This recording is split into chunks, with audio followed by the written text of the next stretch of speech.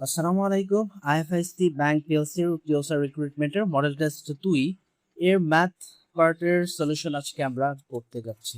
3 workers can do a job in 12 days. 2 of the workers work twice as fast as the third. How long it would take one of the first worker to do the job himself? ওকে, এই কোশ্চেনটা কিন্তু নেওয়া হয়েছে বাংলাদেশ ব্যাংকের assistant ডিরেক্টরের question থেকে, assistant ডিরেক্টরের প্রিলি question থেকে নেওয়া হয়েছে এটা। তার মানে এই ম্যাথটা কিন্তু খুবই ইম্পর্টেন্ট একটা ম্যাথ। এখানে কি বলা আছে, 3 workers can do a job in 12 days. তিনজন, আমি ধরে নেই যে আমি এখানে জাস্ট একটা রাফ ক্যালকুলেট করছি, যে আমি ধরে নেই যে তিনজন এ, বি অ্যান্ড সি, এই তিনজন মানুষ একসাথে যে কাজটা করে সেটা 12 দিনে করতে পারে। তাহলে তিনজন মানুষ এ প্লাস বি প্লাস সি একসাথে যদি 12 দিনে একটা কাজ করতে পারে, তাহলে এই এ বি সি একদিনে 1/12 hours অফ ওয়ার্ক, মানে এত অংশ কাজ শেষ করতে পারবে কিন্তু একদিনে তিনজনে মিলে। এখন কি বলছে, 2 of the workers work twice as fast as third, মানে দুইজন কর্মী আছে যারা তৃতীয় যে কর্মী রয়েছে তার থেকে দ্বিগুণ। টুয়াইস অর্থ কি দ্বিগুণ না? হ্যাঁ, তার অর্থ কি যে টুয়াইস, এই দ্বিগুণ গতিতে কাজ করতে পারে। অর্থাৎ আমি যদি এ বি সি এর কথা চিন্তা করি, তাহলে 3 নাম্বার কে হয়, সি হয়।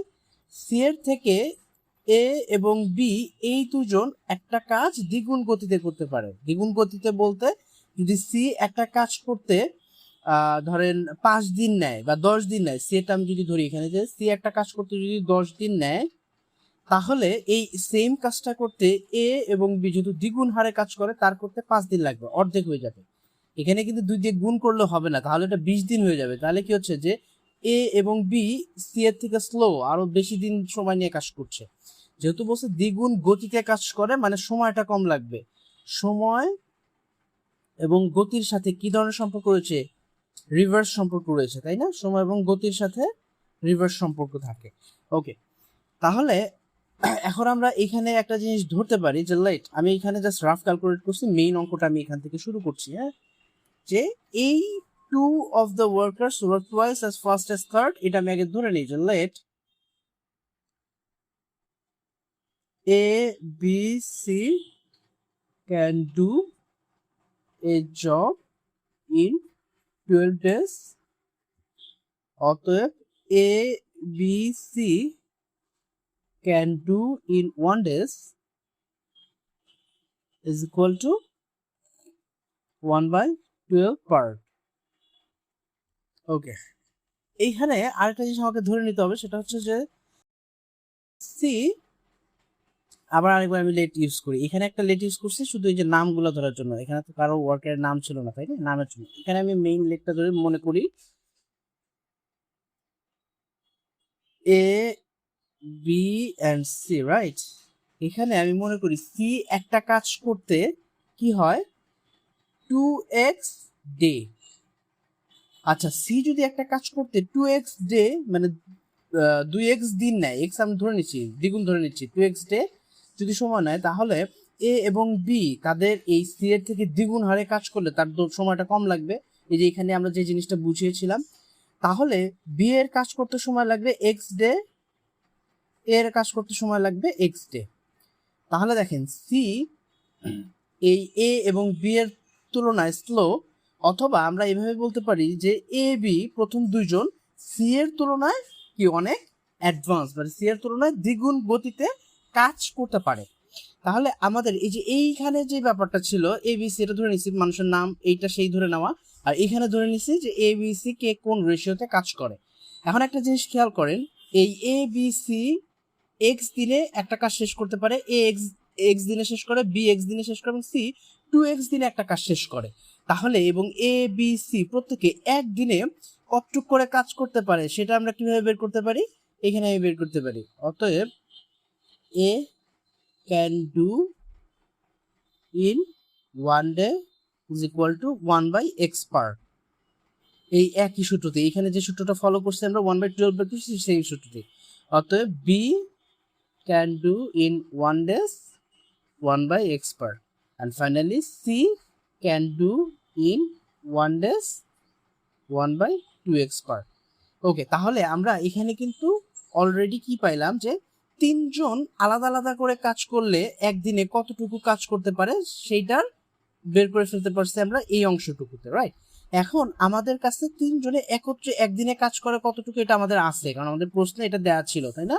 এই যে প্রশ্নে 12 দিন 12 ডেজ দেওয়া ছিল, সেখান থেকে আমি বের করছি যে 1/12 পার্স। সেই ক্ষেত্রে আমি এখন অ্যাকর্ডিং টু কোশ্চেন মানে ইকুয়েশনটা বিল্ড আপ করতে পারি না? 1/x plus 1/x plus 1/2x এই তিনজনের কাজের সমষ্টি তো এই 1/12 পার্ট, এই যে এই তিনজনে মিলেই তো এই কাজটুকু করছে। সো এই তিনজনের আলাদা আলাদা কাজের এককের সমন্বয় মিলে 1/12। এখন এটার ইকুয়েশন বিল্ড আপ করলে হয়ে যাচ্ছে, লসাগু করলে কত নেওয়া যায়, 2x কে লসাগু হিসেবে নেওয়া যায়, এবং সেই ক্ষেত্রে x কাটা 2 থাকবে প্লাস x কাটা এখানেও 2 থাকছে প্লাস 2x কাটা ইজ ইকুয়াল টু 1/12, যা ছিল তাই, রাইট? এখন এখানে কি আছে, 2 2 4 আর 1 5, আর এখানে 2x ইজ ইকুয়াল টু 1/12। আমরা এখন আর গুণন করতে পারি, কি হয়ে যাবে 4x, সরি 1 আছে 2x হবে, 2x ইজ ইকুয়াল টু 12 গুণন 5 বা 5 12 কত হয় 60। অতএব x is equal to 60 divided by 2, 30। এখন দেখেন আমি তো এই 30 বের করতে পারছি, রাইট? এখন আমাকে প্রশ্নে কি চেয়েছে সেটা আমাকে দেখতে হবে। প্রশ্ন চেয়েছে যে how long it would take one of the faster worker to do the job himself, মানে এই তিনজনের মধ্যে সবচেয়ে দ্রুত যারা কাজ করে এদের মধ্যে একজন যদি এই পুরো কাজটা কমপ্লিট করতো তাহলে কতদিন লাগতে পারতো।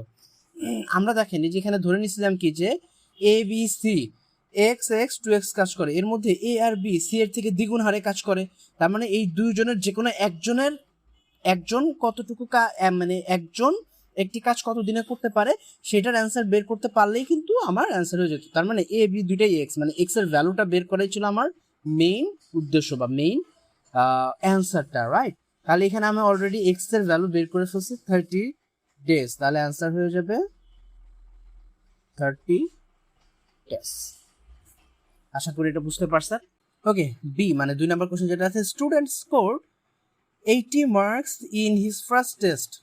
After taking the third test, his average dropped from 82 to 78. What is the average of his second and third test? এটাও বাংলাদেশ ব্যাংকের একটা কোশ্চেন, অবশ্যই এটা অফিসারের কোশ্চেন। বাংলাদেশ ব্যাংকে আগে যে অফিসার ছিল, এখন যেটা ডেপুটি অ্যাসিস্ট্যান্ট ডিরেক্টর ডিএডি, যেটা সেটা আগে অফিসার ছিল, সেই একটা কোশ্চেন আর কি বলছে, স্টুডেন্ট স্কোর 80 মার্কস, প্রথম পরীক্ষায় সে 80 মার্কস পাইছে কোন একটা স্টুডেন্ট, এবং তৃতীয় পরীক্ষায় গিয়ে তার গড় অ্যাভারেজ যেটা সেটা ড্রপ করছে 82 থেকে 78। What is the average of second and third test? খুবই সিম্পল, জাস্ট আপনি স্ট্রাকচারটা গুছাইতে পারলেই হয়ে যাবে। আচ্ছা, ফার্স্ট টেস্টে আমার দেওয়া আছে কি যে গিভেন দ্যাট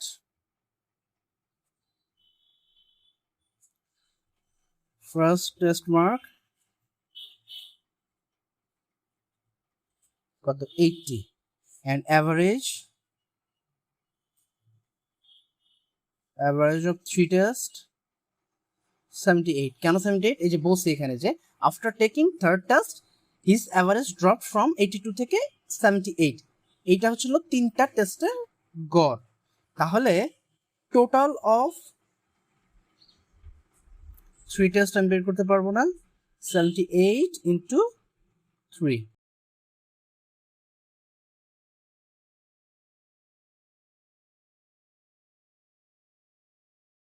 টোটাল এত মার্কস, টোটাল মার্কসটা, রাইট?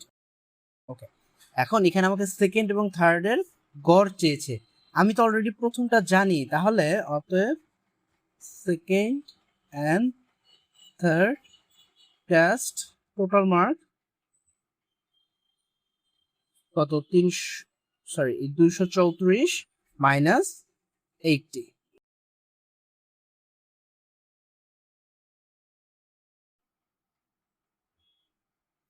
আচ্ছা, আমরা দুইটা টেস্টের টোটাল মার্কস জানলাম, কিন্তু আমাকে চাইছে অ্যাভারেজ, তাহলে অতএব average of second and third test তাহলে average of second and third test is equal two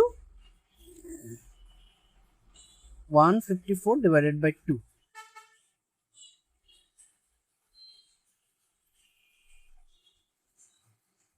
খুব সিম্পল একটা ম্যাথ এটা। হ্যাঁ, অ্যান্সার 77। যদিও বাংলাদেশ ব্যাংকের প্রিভিয়াস ইয়ার্সের কোশ্চেন কিন্তু এটা খুব সিম্পল বাট একটু tricky. When 4 is added to half of a number, the result is 40. What is the number? এটাও বাংলাদেশ ব্যাংকের অফিসারের প্রশ্ন। আমরা এইসব প্রশ্নগুলোতে প্রিভিয়াস ইয়ার্সের কোশ্চেন অ্যাড করছি, তার মানে এইটার গুরুত্ব বোঝানোর জন্য যে প্রিভিয়াস ইয়ার্সের কোশ্চেনগুলো কিন্তু আসলে খুবই গুরুত্বপূর্ণ। আপনারা যদি প্রিভিয়াস ইয়ার্সের কোশ্চেনগুলো ঠিকমতো করেন, সলভ করেন, তাহলে পরীক্ষা অনেক ক্ষেত্রেই দেখা যায় যে 50 থেকে 60, অনেক ক্ষেত্রে 70% পর্যন্ত কিন্তু কমন পড়ে যায়। ওকে, তাহলে আমরা ধরে নিই let the number is x. কি বলছে যে কোন একটা নাম্বারের সাথে, মানে কোন একটা নাম্বারের অর্ধেক হাফের সাথে যদি 4কে যোগ করি সেটার রেজাল্ট হয়ে যায় 14। What is the number?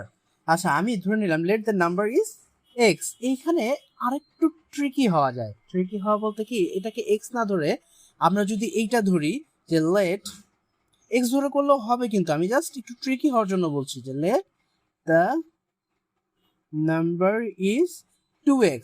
আমি যদি সেই সংখ্যাটাকে 2x ধরি তাহলে কিভাবে সহজ হয় ইকুয়েশন বিল্ড আপ করা, কারণ এখানে হাফ করতে বলছেন নাম্বারটা, আর 2x এর হাফ x খুব ইজিলি আমি ক্যালকুলেট করে ফেলতে পারবো। এই জন্য আমি যদি 2x ধরে নিই তাহলে কি হয়, let the number is 2x, তাহলে আমি ইকুয়েশন বিল্ড আপ করতে পারি। আর অ্যাকর্ডিং টু কোশ্চেন কি বিল্ড আপ করতে পারি, বলছে কি যে হাফ অফ দ্য নাম্বার, এই যে নাম্বারটা তার হাফ, হাফ কত, 2x এর হাফ হচ্ছে x প্লাস এর সাথে কত যোগ করবো, 4 যোগ করলে রেজাল্ট হয়ে যাবে কত, 14। তাহলে দেখেন এখন এই ইকুয়েশনটা বিল্ড আপ করার সাথে সাথে আপনি কিন্তু বোঝা যাচ্ছে যে এক্স এর ভ্যালুটা হচ্ছে কত, 10। অতএব x is equal two 14 minus 4 is equal two 10। X এর ভ্যালু বের হয়ে গেছে। আমার কাছে চাইছে হোয়াট ইজ দ্য নাম্বার, ওই নাম্বারটা কি, অতএব দ্য নাম্বার ইজ, নাম্বারটা কত আমি ধরছিলাম কত, 2x। 2x is equal two 2 গুণন 10 ইজ ইকুয়াল টু 20। আমি এই যে এখানে অ্যান্সারটা হচ্ছে কত, অ্যান্সার 20। আমি এখানে 2x ধরে করছি, অ্যান্সার 20 বেরিয়েছে কিন্তু, রাইট। আপনি যদি x ধরে করেন তাহলেও হবে, আমি পাশে দেখায় দিচ্ছি যদি কারো কনফিউশন থাকে সেই ক্ষেত্রে। যে আমরা যখন ধরে নিচ্ছিলাম যে তো let the number is x, তাহলে সেই ক্ষেত্রে ইকুয়েশনটা কি হতো, এই x এর অর্ধেক কত হয়ে যায়, অ্যাকর্ডিং টু কোশ্চেন যদি আমি করতাম x এর অর্ধেক কত হয়ে যেত, x divided by 2 plus 4 add করতে বলছিল, অ্যান্সার হইতো 14 is equal to x by 2, 14 minus 4 is equal to x by 2, 10। অতএব x ইজ ইকুয়াল টু 20। দুই ক্ষেত্রে আমার কি রেজাল্ট কিন্তু এখানেও যেরকম আসছে 20, এইখানেও 20। আমি x ধরে করি বা 2x ধরে করি, অ্যান্সার কিন্তু সেমই আসবে। এটাও বাংলাদেশ ব্যাংকের এডি থেকে নেওয়া হয়েছে, এডি প্রিলি থেকে নেওয়া হয়েছে। ওকে, so out of 7,500 applicants for a recruitment test, 1,500 failed to appear for the test. What percent of the total applicant did appear for the test? এটা পার্সেন্টের একটা সহজ ম্যাথ। কি বলছে যে আমার টোটাল গিভেন দ্যাট, যখন আমরা প্রিলির জন্য বা এমসিকিউর জন্য করি তখন তো আসলে এত ডিটেলসে লেখা লাগে না, জাস্ট ঝটপট ম্যাথটা করে ফেলি। কিন্তু যখন ছোট একটা ম্যাথ রিটেনের ক্ষেত্রে যখন আসবে তখন আপনাকে এটাকে গুছিয়ে সাজায় লিখতে হবে। Given that total applicant 7,500 and failed to appear to 1,500। ওকে, তাহলে অ্যাপিয়ার করছে কতজন, ফেইল করছে 15 জন যদি ধরি, তাহলে অতএব অ্যাপিয়ার 7500 মাইনাস 1500, 6000। অর্থাৎ 7,500 পরীক্ষার্থী বা আবেদনকারীর মধ্যে 1500 ব্যর্থ হয়েছে, ফেল করেছে। তাহলে আমার অ্যাপিয়ার করেছে কত, পাস করছে কতজন, তাহলে 6000। তাহলে এটা বলছে যে এইটা টোটাল পার্টিসিপেন্টের মধ্যে কত পার্সেন্ট হয়, অতএব percent of total applicant is equal two total কতজন, 6,000 জন পার্টিসিপেট করতে পেরেছে, টোটাল ছিল কত, 7,500। এটাকে 100 দ্বারা গুণ করলে পার্সেন্টে রূপান্তরিত হয়ে যাবে। যদি 25 দিয়ে কাটি কত হবে, 4, 3 দিয়ে যদি এটাতে কাটি টোটাল 80%। তাহলে আমার টোটাল 80% এই পরীক্ষাটাতে অ্যাপিয়ার করতে সাকসেস হয় বা অ্যাপিয়ার করতে পারে। অ্যান্সার হচ্ছে হলো 80%। এই ছিল আজকের ম্যাথের যেই সলিউশনটা, মডেল টেস্ট 2। মডেল টেস্ট 2 এর ম্যাথের কোশ্চেনগুলো কম্পারেটিভলি কিন্তু যথেষ্ট সহজ ছিল এবং কিছুটা ট্রিকিও ছিল। যারা পরীক্ষা দিয়েছেন কমেন্ট করে জানাবেন, অথবা আপনাদের খাতা আমাদেরকে দেখানোর জন্য কমেন্ট করে ছবি তুলে পাঠাতে পারেন। ধন্যবাদ আপনাদের সবাই।